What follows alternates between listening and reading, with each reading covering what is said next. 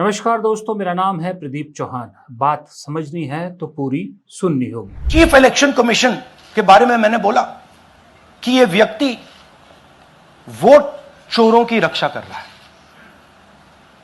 जो भी मैं यहां बोल रहा हूं 100% प्रूफ के साथ, सबूत के साथ बोल रहा हूं।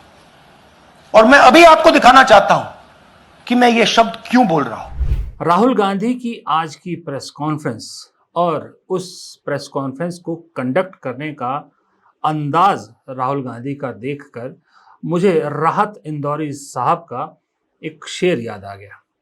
राहत इंदौरी साहब ने कहा है कि लहू में भीगी हुई आस्तीन जीत गई, लहू में भीगी हुई आस्तीन जीत गई, चुनाव हार गए सब, मशीन जीत गई। बन के एक हादसा बाजार में आ जाएगा, बन के एक हादसा बाजार में आ जाएगा, जो नहीं होगा वो अखबार में आ जाएगा।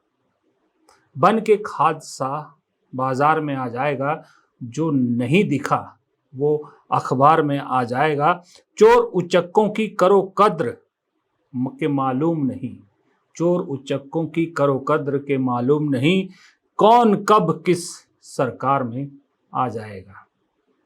जी हाँ, आज राहुल गांधी ने जो वोट चोरी का एक और चैप्टर खोला है, वोट चोरी के एक नए अंदाज का खुलासा किया है, उसके बाद राहत इंदौरी साहब का ये शेर बिल्कुल सही बैठता है। अनुराग ठाकुर कह रहे हैं कि राहुल गांधी जो है वो वोट चोरी को लेके गलत तथ्य दे रहे हैं। जो सीट अलंद की बात कर रहे हैं, वो सीट तो कांग्रेस ने ही जीती थी। जी हाँ, कांग्रेस ने ही जीती थी। तो अगर अपनी सीट पे, जीती हुई सीट पे अगर कोई गड़बड़ हुई है तो उसको उजागर करना क्या गुनाह हो गया? इस पे तो राहुल गांधी की तारीफ होनी चाहिए कि अपनी जीती हुई सीट का भी उन्होंने आंकड़ा रख दिया। लेकिन फिर भी चलिए, बीजेपी के लोगों के लिए आंकड़ा रख लेता हूं कि चुनाव आयोग की साइट का ये आंकड़ा देखिए कि ये जो कर्नाटक की अलंद सीट है, इस पर कांग्रेस का जो भोजराज जो जीते हैं उन्हें वोट मिले थे 89,508, यानी 89,508। दूसरे नंबर पर जो बीजेपी के थे उनको मिले 79,160 वोट। दोनों वोट में, दोनों के जीत का मार्जिन 10,348। अब सोचिए अगर वो 6,018 वोट कट जाते तो ये 4,000 वोट का तो इधर उधर हेरफेर करने में क्या मुश्किल होती। ये तो खेल हो सकता था आराम से। इसलिए वो सीट का डाटा रखना, और बीजेपी का ये कहना है कि कांग्रेस ने अपनी सीट, जीती हुई सीट पे खुद गड़बड़ करी तब जीती है, वो ये साबित करना चाह रही है, तो बीजेपी की बचकानी हरकत का सबसे बड़ा सबूत है। अब चुनाव आयोग क्या कहता है? चुनाव आयोग कह रहा है कि जो राहुल गांधी ने ये सारी बातें कही है, ये फैक्ट चेक करके कह रहे हैं कि ये बिल्कुल गलत एलिगेशन राहुल गांधी के, क्योंकि कोई भी वोट जो है वो ऑनलाइन डिलीट नहीं किया जा सकता। दूसरा, चुनाव आयोग कह रहा है कि 2023 में किसी ने कुछ अनसक्सेसफुल अटेम्प्ट किए थे ये सब करने के अलंद असेंबली कॉन्स्टिट्यूएंसी में, पर FIR was filed by the authority of ECI, चुनाव आयोग की अथॉरिटी ने इस पर एफआईआर की थी। तीसरा, उन्होंने कहा as per record Aland assembly constituency was won by सुभंत Guttedar BJP in 2018 and B R Patil in 2023। ठीक है, ये तो कोई तीसरा पॉइंट तो कोई मतलब नहीं बनता कि 2023 में कांग्रेस का ही जीते थे तो वो सही चुनाव हुआ था, क्यों नहीं उठाया जा सकते? मैंने आपको आंकड़ा अभी रख दिया। दूसरा, उन्होंने कहा कि नहीं हो सकता, तो फैक्ट चेकर चुनाव आयोग से ज्यादा इस वक्त कांग्रेस के पास है। कांग्रेस के लोगों ने तुरंत फैक्ट चेक करके चुनाव आयोग का ही एक 2019 का पोस्ट सामने रख दिया, जिसमें लिखा है कि form 7 can be filed online और voter helpline app for offline process from form 7A can also be downloaded from the election commission of India's website. ये उन्होंने खुद की अपनी उसमें जो है पेज पे डाला है चुनाव आयोग ने। फॉर्म 7 वो फॉर्म होता है जिसके भर के आप वोट डिलीशन के लिए अप्लाई कर सकते हैं, वोट डिलीट करवा सकते हैं। और राहुल गांधी ने तो आज लोगों को स्टेज पे, सबूत के तौर पे स्टेज पे लोग खड़े कर दिए जिनके नाम से वोट काटे हैं। कुछ ऐसे लोग थे जिनके वोट कटे गए थे, जिन्हें मालूम ही नहीं था। चुनाव आयोग ये कहता है कि भाई बिना किसी से इन्फॉर्म किए, बिना किसी को इन्फॉर्म किए किसी का वोट नहीं कटता। ज़रा ईमानदारी से बताइए, आपके आसपास कितने लोगों के वोट कटे हैं, आपको इन्फॉर्म किया जाता है? मैं खुद, चुनाव आयोग मुझसे पूछ ले, मैं खुद इस चीज़ का भोगी हूँ। जब मैं पहले जहाँ रहता था शिमला में, बचपन से जहाँ रहा, पैदा वहीं हुआ, सब कुछ शिमला में, वहाँ एक वक्त पे आके मेरा वोटर लिस्ट से गायब हो गया था। किसी ने मुझसे नहीं पूछा था, किसी ने मुझे इन्फॉर्म नहीं किया था, फिर मुझे दोबारा ऐड करवाना पड़ा। ऐसे करोड़ों केस होंगे ऐसे। तो ये कहना कि बिना पूछे, बिना इन्फॉर्म किए नहीं कटते, सरासर गलत।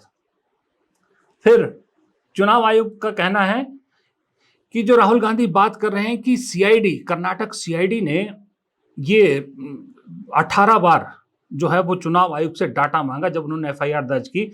18 बार, 18 महीने में 18 चिट्ठियां सीआईडी कर्नाटक ने चुनाव आयोग को लिखी और डाटा मांगा इस जो चुनाव वोट चोरी को लेकर जो कंप्लेंट हुई थी। और चुनाव आयोग का कहना है कि हमने डाटा दिया, लेकिन हकीकत यह है कि sources in the CID said in सितंबर 2023 में ईसीआई ने 57,000 फोर्स्ड फॉर्म, सात जो फॉर्म है, फॉर्म नंबर 7, वो 57,000 जो फोर्स्ड फॉर्म थे उनका डाटा शेयर किया था। While there were enough data regarding 4400 applicant, मतलब 4400 के बारे में उसमें काफी डाटा था। रेस्ट हैड इनकम्प्लीट डाटा, बाकियों का इनकम्प्लीट डाटा था। यानी 6018 में से सिर्फ 4400 का खुद मानने की पूरा डाटा था। ECI also provided the mobile number used to create login IDs and password on ECI's 3 apps, जबकि CID कहती है कि 9 ऐप्स में इस तरह की गड़बड़े हुई थी, बाकी 6 ऐप का डाटा तो नहीं दिया गया। लेकिन कहने को ये बचाव के लिए कुछ है नहीं। चुनाव आयोग ने सिर्फ एक जो है बयान जारी करके अपनी वेबसाइट पर डाल के अपने आप को बचाने की कोशिश की, और क्योंकि उनको मालूम था बचाने के लिए बीजेपी है, वो कूदेगी, वो आएगी। बीजेपी ने कूद के अपनी फजीयत कराई, जैसे मैंने आपको बताया। गोदी एंकर, गोदी पत्रकार सब टूट पड़े हैं। कुछ तो राहुल गांधी की मानसिक हालत पे भी सवाल उठाने लगे हैं, लेकिन ऑथेंटिक कुछ नहीं है उनके पास, क्योंकि राहुल गांधी ने आज मंच से कह दिया था कि ना तो मैं बिना पुख्ता सबूत के, अपनी टीम को कह दिया है बिना पुख्ता सबूत के स्टेज पे नहीं चढ़ूंगा, ये पक्की बात है। और दूसरा, उन्होंने कहा कि मैं लीडर ऑफ अपोजिशन हूं, ये मेरा काम नहीं है, उसके बावजूद लोकतंत्र के लिए मैं ये काम कर रहा हूं। कि हम देखिए, मैंने टीम से कहा है कि अगर मैं स्टेज पे जा रहा हूं, ब्लैक एंड व्हाइट प्रूफ नहीं होगा, मैं नहीं जाऊंगा। अगर ब्लैक एंड व्हाइट प्रूफ होगा जो कोई मतलब उसको निगेट नहीं कर सकता, मैं जाऊंगा। मैं देश के कॉन्स्टिट्यूशन की रक्षा कर रहा हूं, संविधान की रक्षा कर रहा हूं, मैं लोकतंत्र की रक्षा कर रहा हूं, और मैं सच्चाई आपके सामने रख रहा हूं। फ्रैंकली, ये जो मैं यहां कर रहा हूं, ये मेरा काम नहीं है। मेरा काम डेमोक्रेटिक सिस्टम में पार्टिसिपेट करने का है। मेरा काम डेमोक्रेटिक सिस्टम की रक्षा करने का नहीं है। वो काम हिंदुस्तान के इंस्टीट्यूशंस का है। वो काम वो नहीं कर रहे हैं, इसलिए मैं कर रहा हूं। अब मैं आपको यह कह सकता हूं कि हमने आपको 2 बार सबूत दिखाया है, और जब हम ये प्रेजेंटेशंस खत्म करेंगे, इसमें लगेंगे 2-3 महीने, जब हम ये खत्म करेंगे, आपके माइंड में कोई डाउट नहीं होगा कि हिंदुस्तान में state after state, Lok Sabha after Lok Sabha चोरी हो रही है। अच्छा, मजे की बात, कुछ लोगों ने कहा भी है, आपने सुना होगा, और मैं इससे बड़ा सही मानता हूं, मैं इस चीज को मान रहा हूं कि सही में जिस तरह से आज राहुल गांधी ने ज्ञानेश कुमार यानी हमारे ज्ञानी बाबा को लपेटा है, और जो राहुल गांधी ने खुलासा किया है, उसके बाद सही में ज्ञानेश जी अपने दफ्तर में हर कर्मचारी को, यानी अपने सहयोगियों समेत अपने चपरासी तक को शक की निगाह से देख रहे होंगे, क्योंकि राहुल गांधी ने बात ही ऐसी की है। राहुल गांधी ने कहा कि अब तो चुनाव आयोग के लोग हमारी मदद कर रहे हैं। वो कैसे पॉसिबल हुआ? वैसे तो नहीं पॉसिबल हुआ। मेरे ख्याल से राहुल गांधी की इस बात में दम है, क्योंकि इसका एक कारण है, और वो कारण है जो राहुल गांधी ने एक चेतावनी दी थी, याद है आपको, कि जो जो चुनाव आयोग में गड़बड़ी करेगा, हमें मौका मिलते ही हम हिसाब बराबर करेंगे। मैं ये बड़ी सीरियसली बोल रहा हूं, जो भी ये काम कर रहे हैं, ठीक है, इलेक्शन कमीशन में जो भी ये काम कर रहे हैं, right from the top to the bottom, आप एक बात याद रखिए, आपको हम छोड़ेंगे नहीं। कुछ भी हो जाए हम छोड़ेंगे नहीं आपको, क्योंकि आप हिंदुस्तान के खिलाफ काम कर रहे हो। ये ट्रीजन है और कम, इससे कम नहीं है। तो आप याद रखिए, आप याद रखिए, आप कहीं भी हो, रिटायर्ड हो, कुछ भी हो, ठीक है, हम आपको ढूंढ के निकालेंगे। अच्छा, एक इंटरेस्टिंग बात आई है जो मैं आपको बताना चाहता हूं कि इलेक्शन कमीशन के अंदर से हमें मदद मिलनी शुरू हो गई है।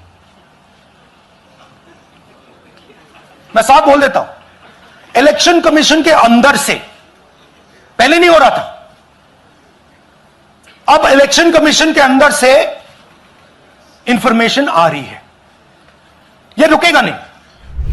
ये इस चेतावनी का असर था, और इस चेतावनी का असर है कि अब अंदर भी, मतलब कांग्रेस के सपोर्टर कांग्रेस के लिए काम करने वाले हैं, और ये ज्ञानेश जी के लिए सबसे बड़ी मुसीबत की बात, क्योंकि राहुल गांधी ने आज जो कहा वो तो आपको मालूम ही होगा, उससे मुझे दोहराने की जरूरत नहीं कि कर्नाटक के आनंद विधानसभा क्षेत्र का जो उन्होंने डाटा रखा कि किस तरह से 6018 वोट को जो है वो डिलीट किया जा रहा था। और तरीका देखिए, जबरदस्त तरीका, कि उसी वोटर लिस्ट में से जो पहला होता था उसके नाम से जो है वो फॉर्म भरा जाता था, और उस नाम से, वही उसके नाम से दूसरों के वोट काटे जाते थे। ना जिसका नाम कटा उसको भी मालूम नहीं, जिसने नाम काटे उसको भी मालूम नहीं। ये एक नए तरह का वोट चोरी का खुलासा किया। पिछली बार आपको मालूम है, पिछली बार वो फर्जी वोट, एक ही पते पे इतने सारे वोट, पिछली बार एडिशन था, इस बार डिलीशन का। चुनाव आयोग पर राहुल गांधी ने आज जो सीधा सीधा हमला किया है, जो मैंने आपको सुनाया, ये कोई आम घटना नहीं है। मुझे बीजेपी के कुछ लोगों का फोन आया, मेरे मित्रों का, उन्होंने कहा कि बेशक उनको राहुल गांधी पसंद नहीं है, मुझे मालूम है वो मित्र अभी मेरी बात सुन भी रहे होंगे। उन्होंने कहा बेशक उन्हें राहुल गांधी पसंद नहीं है, लेकिन आज जो उसने कहा वो चाहे सच है चाहे झूठ है, लेकिन जिस अंदाज में, जिस पुख्ता तरीके से उस शख्स ने चीजें सामने रखी है, वो लाजवाब थी। और वो लाजवाब इस अंदाज में थी कि पूरे प्रेस कॉन्फ्रेंस में राहुल गांधी ने बीजेपी का नाम तक नहीं लिया, मोदी जी का नाम तक नहीं लिया। पूरी प्रेस कॉन्फ्रेंस किस पे थी? चुनाव आयोग पे। लेकिन जैसा कि राहुल गांधी को भी मालूम था, जैसा कि हमें भी मालूम था, जैसा कि आपको भी मालूम था, कि राहुल गांधी की इस प्रेस कॉन्फ्रेंस के तुरंत बाद कोई मैदान में अगर चुनाव आयोग को बचाने के लिए उतरेगा, वो बीजेपी उतरेगी। और हुआ भी ऐसा ही कि बीजेपी ने ब्लंडर किया, मेरे हिसाब से एक बहुत बड़ी गलती करी और अनुराग ठाकुर से प्रेस कॉन्फ्रेंस करा दी। ब्लंडर इसलिए किया कि आपका नाम नहीं लिया, आप पे कोई शक जाहिर नहीं किया, किसी पार्टी का राहुल गांधी ने कोई नाम नहीं लिया, फिर आप क्यों डिफेंड करने उतरे चुनाव आयोग को? इसका मतलब चोर की दाढ़ी में तिनका है, या यूं कहें, अगर सीरियलों की भाषा में कहें या फिल्मी भाषा में कहें, कि ये रिश्ता क्या कहलाता है। बीजेपी और चुनाव आयोग का ये रिश्ता क्या कहलाता है, इस रिश्ते पर सवाल तो उठते हैं। अब आप में से बहुत से लोग, मुझे मालूम है, कमेंट में कहेंगे कि राहुल गांधी को मालूम है कि वो कुछ नहीं करेंगे, राहुल गांधी को ये भी मालूम है कि चुनाव आयोग इस पर कोई कार्रवाई नहीं करेगा, सरकार कोई कार्रवाई नहीं करेगी, तो राहुल गांधी या कांग्रेस इस मामले को लेकर कोर्ट में क्यों नहीं जाते, अदालत में क्यों नहीं जाते? तो इसका जवाब भी मैं पहले ही दे देता हूं आपको कि अदालत में क्यों नहीं जाते। देखिए बंधुओं, मित्रों, अदालत में जाने का कोई फायदा नहीं है। राहुल गांधी ने आज मना किया, नहीं जाएंगे। क्यों? क्योंकि आपको एक बिल याद होगा कि सन 2023 में आया था वो बिल, जो इलेक्शन कमीशन बिल 2023 था, उसका क्लॉज 16 है, क्लॉज 16 है, जिसमें साफ तौर पर कहा गया है कि चुनाव आयुक्त के तौर पर जो भी अधिकारी काम कर रहे होंगे, वो अपनी ड्यूटी करते वक्त जो भी फैसले लेते हैं, वो चाहे पूर्व चुनाव आयुक्त है या प्रेजेंट चुनाव आयुक्त है, अगर ड्यूटी करते वक्त जो फैसले लेते हैं, उन्हें बाद में अदालत में उनके खिलाफ इस्तेमाल नहीं किया जा सकता। उन्हें उन फैसलों को लेकर अदालत में नहीं घसीटा जा सकता, उन पर कोई कानूनी कार्रवाई नहीं हो सकती है। ये 2023 में चुपचाप से इस सरकार ने ये बिल पास किया था, इसलिए अदालत में जाने का कोई फायदा नहीं है। ये राहुल गांधी भी जानते हैं, ये कांग्रेस भी जानती है। अब मेरे कुछ सवाल हैं, जो सवाल उठते हैं, चुनाव आयोग से मैं पूछना चाहता हूं या बीजेपी से, दोनों में से कोई भी जवाब दे दे। पूछना चाहता हूं, पहला सवाल तो यह है कि आज जब सवाल चुनाव आयोग से पूछा राहुल गांधी ने, तो तकलीफ बीजेपी को क्यों हुई? ना उन्होंने बीजेपी के किसी नेता का नाम लिया, ना उन्होंने ये कहा कि बीजेपी को इस वोट चोरी का फायदा हुआ, ना इन्होंने ये कहा कि बीजेपी को जिताने की जो है साजिश थी। उनका सारा का सारा इल्जाम चुनाव आयोग पर और मुख्य चुनाव आयुक्त पर था। फिर बीजेपी को तकलीफ क्यों हुई? फिर वही बात कि ये चोर की दाढ़ी में तिनका है या नाजायज रिश्ता है। दूसरा सवाल, चुनाव आयोग राहुल गांधी के सवालों के जवाब क्यों नहीं देता? पिछली बार भी राहुल गांधी ने जब खुलासा किया था तो बीजेपी मैदान में उतरी थी, गोदी मीडिया मैदान में उतरी थी, लेकिन बहुत दिनों बाद, काफी दिनों बाद चुनाव आयोग ने प्रेस कॉन्फ्रेंस की थी और उसमें जो वाहियात बातें ज्ञानेश जी ने की थी वो हम सबको मालूम है। उसके मीम्स आज तक बनते हैं कि हम अपनी माँ बहनों की फुटेज कैसे दे सकते हैं, ये बहुत सारी चीजें बोली थी, उस पर मैं नहीं जाऊंगा। आज चुनाव आयोग अगर इतना सच्चा है, चुनाव आयोग के पास पुख्ता जानकारी, डाटा है, सब कुछ है, तो वो जवाब देने से क्यों बचता है? ये सब सवाल जनता के दिल में भी उठ रहे हैं। सवाल नंबर 3, अगर चुनाव आयोग के पास डेटा है, चुनाव आयोग कहता है हमारा सिस्टम फुल प्रूफ है, तो वो चाहे कर्नाटक सीआईडी हो या विपक्षी पार्टियां हो, वो डेटा साझा करने से क्यों घबराता है? क्यों नहीं machine readable voter list Congress को देता है या विपक्ष को देता है? क्यों सीआईडी की 18 चिट्ठियों के बावजूद, 18 बार अर्जी देने के बावजूद उन्हें डाटा मुहैया नहीं किया जाता? चुनाव आयोग क्या छुपाना चाह रहा है? किसका राज है जो चुनाव आयोग छुपाना चाह रहा है? अगला सवाल यह है कि आपको मालूम होगा, पिछली प्रेस कॉन्फ्रेंस में चुनाव आयोग ने जो प्रेस कॉन्फ्रेंस की थी, उसमें 7 दिन का अल्टीमेटम दिया था राहुल गांधी को कि या तो एफिडेविट दें या देश से माफी मांगे। वो 7 दिन बीते हुए सदियां हो गई, चुनाव आयोग चुप क्यों है? ना राहुल गांधी ने एफिडेविट दिया, तो चुनाव आयोग ने राहुल गांधी पर कोई कार्रवाई क्यों नहीं की? क्या चुनाव आयोग ये समझता है कि राहुल गांधी ने जो कहा वो बिल्कुल सही कहा, चुनाव आयोग की गलती है? इसका मतलब तो यही होता है ना। अब राहुल गांधी ने 7 दिन का वक्त दिया है कि 7 दिन के अंदर अंदर इस चीज पे साफ आइए। अब देखते हैं राहुल गांधी क्या करते हैं। लेकिन राहुल गांधी तो क्या कर सकते हैं, कानूनी कार्रवाई में तो मैंने आपको पहले बता ही दिया कि कोई ऑप्शन ही नहीं है, लेकिन चुनाव आयोग तो कर सकता था। चलिए, राहुल गांधी ने एफिडेविट नहीं दिया, अब नए खुलासे के बाद, राहुल गांधी के इस नए खुलासे के बाद क्या चुनाव आयोग एफिडेविट देगा कि हाँ, जो हमने कह रहे हैं, जो दावे कर रहे हैं वो बिल्कुल सही है और राहुल गांधी एकदम कोरा झूठ बोल रहे हैं? क्या एफिडेविट देंगे हमारे ज्ञानेश जी? नामुमकिन। फिर अगला सवाल कि जब चुनाव आयुक्तों की नियुक्तियां होती थी तो उसमें 3 लोग हुआ करते थे, प्रधानमंत्री, नेता विपक्ष और भारत के मुख्य न्यायाधीश। भारत के मुख्य न्यायाधीश को उस कमेटी से बाहर क्यों निकाला सरकार ने, और क्यों उसकी जगह एक कैबिनेट मंत्री को डाल दिया जो पहले से मालूम है कि 2-in-1 है, वो जो डिसीजन सरकार करेगी वही होगा? इसके पीछे क्या मंशा यही थी जो अब राहुल गांधी कह रहे हैं, यही टारगेट था उसका? इसी तरह से चुनाव जीतना था जो राहुल गांधी आरोप लगा रहे हैं, क्योंकि दोनों जुड़ते तो हैं आपस में। फिर आखिरी सवाल यही है जो मैंने पहले आपको बताया कि चुनाव आयुक्तों को बचाने वाला, किसी भी कानूनी कार्रवाई से बचाने वाला बिल क्यों लाया गया, वो कानून क्यों बनाया गया?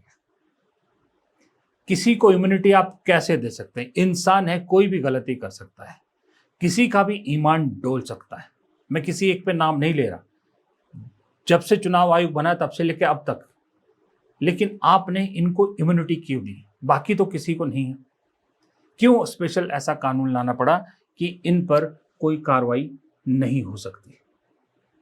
ये सारे सवालों के जवाब मुझे मालूम है ना अब तक मिले हैं ना आगे मिलेंगे। हाँ, इसके जवाब में दो चीजें बहुत पब्लिसाइज की जाती है। एक तो कहा जाता है कि राहुल गांधी कुछ भी बोल देते हैं, मेंटली अनस्टेबल है, इसलिए कोर्ट से उन्हें फटकार पड़ती है।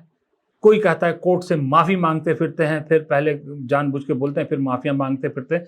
चलिए, इस पे भी मैं जरा अंधभक्तों का थोड़ा सा ज्ञानवर्धन कर लूं कि राहुल गांधी के बारे में जो अक्सर कहा जाता है कि कोर्ट से उनको फटकार पड़ती रहती, तो राहुल गांधी को दरअसल फटकार पड़ी कब और क्यों पड़ी? पहला, राहुल गांधी को सबसे ताजा है 4 अगस्त 2025, अभी जब याद है आपको, सुप्रीम कोर्ट के एक जज ने सेना के अपमान को लेकर राहुल गांधी पर एक टिप्पणी की थी। उन्होंने ऑर्डर में लिखा है, टिप्पणी की थी कि कोई भी देशभक्त ऐसी बात नहीं कर सकता, कुछ इस तरह की भाषा बोली थी। और उसको लेके कितने क्रिटिसाइज हुए थे, कितनी लोगों ने उनको क्रिटिसाइज किया था, ये भी किसी से नहीं छुपाए। उनके इस तरह के स्टेटमेंट देने का सबने विरोध किया था, तो वो फटकार से कम चापलूसी ज्यादा थी। दूसरा, अब उनका एक और जो है वो मामला मैं आपको बताता हूं जहां उनके बारे में कहा जाता है, और वो है 2016 का मामला, जब उन्होंने आरएसएस के बारे में एक टिप्पणी की थी। उन्होंने कहा था कि जो आरएसएस महात्मा गांधी की हत्या में शामिल थी, आज वही उनका गुणगान कर रहे हैं, कुछ इस तरह का बयान दिया था। उस पर भी कोर्ट ने राहुल गांधी पे सख्त टिप्पणी की थी, लेकिन यहां जो ध्यान रखने वाली बात यह है कि राहुल गांधी ने उसको प्रोटेस्ट किया था। राहुल गांधी ने माफी मांगने से इनकार कर दिया था। राहुल गांधी ने माफी नहीं मांगी थी। बाद में कोर्ट ने एक आखिरी मौका कह के उस मामले पे जो है वो जो है अपना, एक तरह से आप कह सकते हो उसको रफा दफा टाइप कर दिया था, लेकिन राहुल गांधी ने माफी नहीं मांगी थी। तीसरा मामला वो मामला है जब राहुल गांधी ने एक बयान दिया था, आपको याद होगा 2019 में एक नारा दिया था उन्होंने, चौकीदार चोर है। उसको लेकर राहुल गांधी ने जरूर माफी मांगी थी, क्योंकि उसमें प्ली ये दी गई थी कि राहुल गांधी ने जो चौकीदार चोर है कह के पूरी चौकीदार कम्युनिटी या जो काम करते हैं उनको बदनाम करने की कोशिश की है, फीलिंग हर्ट की है, उनके भावनाओं को ठेस पहुंचाई है। उसको लेकर राहुल गांधी ने जरूर माफी मांगी थी। चौथा, वो जो सूरत में मोदी सरनेम को लेकर डेफामेशन केस है, उसमें राहुल गांधी को सजा हुई, जिसको लेकर उनकी सदस्यता तक ले ली गई, लेकिन राहुल गांधी ने माफी नहीं मांगी। वो क्या सारा मामला था, क्या कौन जज थे, क्या सारा खेल हुआ, वो भी आपको मालूम है। तो मुझे एक चीज बताइए, अगर राफेल वाले को छोड़ दिया जाए, बाकी कहां राहुल गांधी ने या तो कोर्ट से माफी मांगी हो या कोर्ट ने उन्हें फटकार लगाई हो, कोई और मामला ऐसा है? और ये सारे मामले मैंने रख दिए आपके सामने, लेकिन कहा यह जाता है कि राहुल गांधी को आए दिन कोर्ट से फटकार पड़ती रहती है। ये सब झूठ का पुलिंदा है। एक चुनाव आयोग को बचाने की मुहिम है, और उस मुहिम में देखिए क्या बेतुका सा एक कार्टून बीजेपी ने जारी किया, ड्रामा अल्टीमेट, चोरी अपनी इल्जाम दूसरों पर। बताइए यार, हंसी आती है मुझे कभी कभी। कह रहे चोरी अपनी इल्जाम। 2023 में भाई साहब कर्नाटक में आपकी सरकार थी, केंद्र में आपकी सरकार थी, कांग्रेस खुद खुलासा कर रही है। अगर चलिए मान भी लिया कांग्रेस ने खुद चोरी की, कैसे कर ली कांग्रेस भाई? फिर क्या राहुल गांधी सही है कि सिस्टम तुम्हारा सरकार हमारी? फिर तो यही हुआ ना। कुछ कहने कुछ लिखने से पहले सोचते भी नहीं हैं। इसको कहते हैं आइडियाज़ की बैंकरप्सी।